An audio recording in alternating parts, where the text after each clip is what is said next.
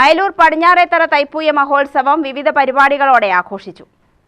ജനുവരി 31, ഫെബ്രുവരി 1 തീയതികളിലാണ് തൈപ്പൂയ മഹോത്സവം നടത്തിയത്.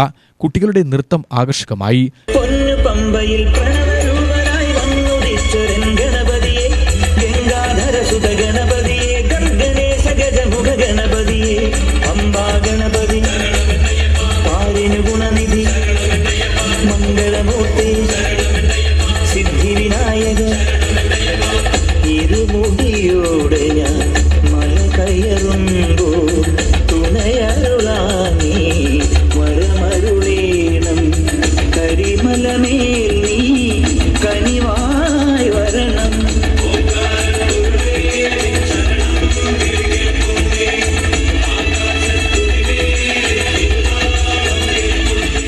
ചെണ്ടമേളത്തോടെയും താലപ്പൊലിയുടെയും പടിഞ്ഞാറത്തറയിൽ നിന്നും അയലൂർ ശ്രീകുറുമ്പ ക്ഷേത്രത്തിലേക്ക് എഴുന്നള്ളത്ത് നടത്തി.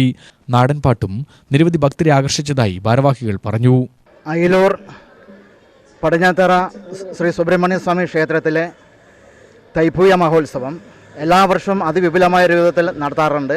തലേദിവസം മുതൽ പ്രോഗ്രാം തുടങ്ങും. ആ ദിവസം തൈപ്പൂയ ദിവസം കാലത്ത് ഗണപതി ഹോമത്തോടുകൂടി ആരംഭിക്കുകയാണ്.